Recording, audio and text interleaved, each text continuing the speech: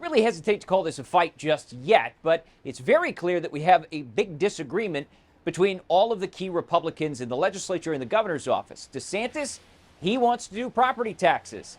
The House, they want to do sales taxes. And the Senate president, well, he says he likes both ideas, but he has some reservations.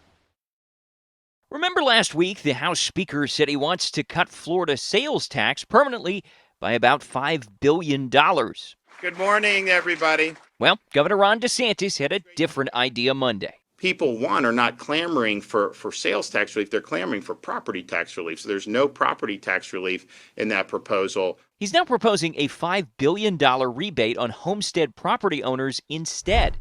If approved by the legislature, it could save an average household $1,000 on their taxes within the year.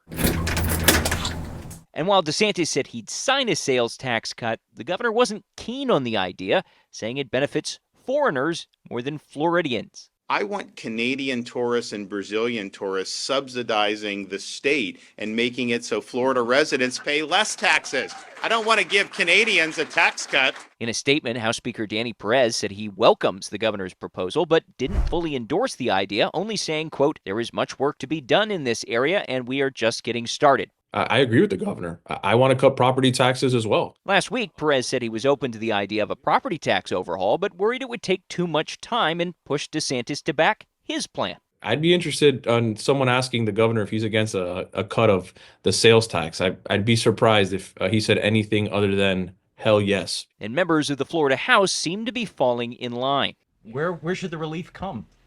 I think that our speaker's on some great thoughts. It's not something that's covered, of course, by this committee, but certainly would support my speaker. Even Democrats we've talked with like the sales tax cut in principle, as long as it doesn't axe vital programs someplace else. The reality is that the governor is just trying to catch headlines. Sure, he can put a plan out there that becomes, a bumper sticker idea that we need to eliminate property taxes. But the reality is that that's intellectually dishonest. Senate President Ben Albritton weighed in as well, saying he's open-minded to an all-of-the-above approach, but also that anything permanent or reoccurring isn't a great idea.